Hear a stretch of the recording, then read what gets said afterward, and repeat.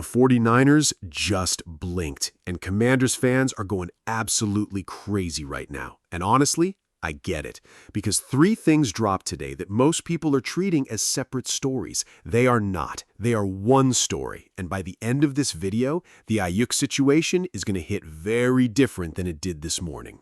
Let's start with Kayshon Boutte, because this one is officially dead. Ben Standig put out a piece on his Substack this morning, and he has real sources inside this organization.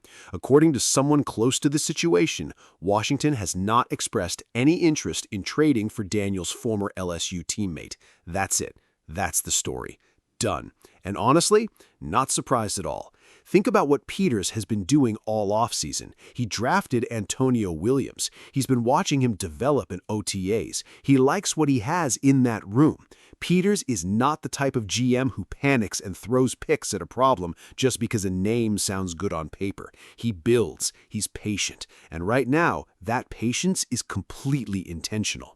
Now, here is the part that I want you to actually think about, because a lot of fans were genuinely excited about this Boutte idea.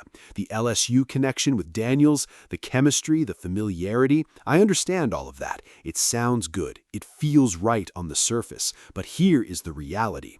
Boutte is a slot receiver. Antonio Williams is a slot receiver. You just used a draft pick on Williams. You just spent an entire offseason developing him. And now you are going to bring in a veteran to take his reps, take his role, and kill his momentum before he even plays a real NFL snap? That is not team building. That is panic. And Adam Peters does not panic. Mark Tyler from Hogs Haven said it perfectly. Trading for Boutte would stump the growth of Williams, and I think Peters feels exactly the same way. This was never a real conversation inside that building. The rumor lived on social media, not in Washington's war room. Now, the new hire. And I know some of you are about to scroll past this part mentally. Do not do that, because this one actually tells you everything about where this organization is headed. The Commanders just hired a new senior director of player health and performance. This guy spent 16 years in Houston. Most recently, he was the Texans' executive director of player health from 2009 all the way through 2025. He's replacing Tim McGrath, who held the same title for the last 2 seasons in Washington. And John Kim reported this was a 3-month search. 3 months. They were not just grabbing whoever was available. They were deliberate. They were thorough. They found their guy. Now, why does a player health hire matter in a video about wide receivers and Aiyuk drama? Because this is exactly the kind of move that separates franchises that are pretending to compete from franchises that are actually building to win. Quiet infrastructure, the stuff that does not get highlights or reaction videos. The Commanders are not just making noise this offseason. They are constructing something real from the inside out, and this hire is a piece of that foundation. Now, Brandon Aiyuk. This is the one. Last night, NFL rumors on X dropped that the 49ers are reportedly considering releasing him.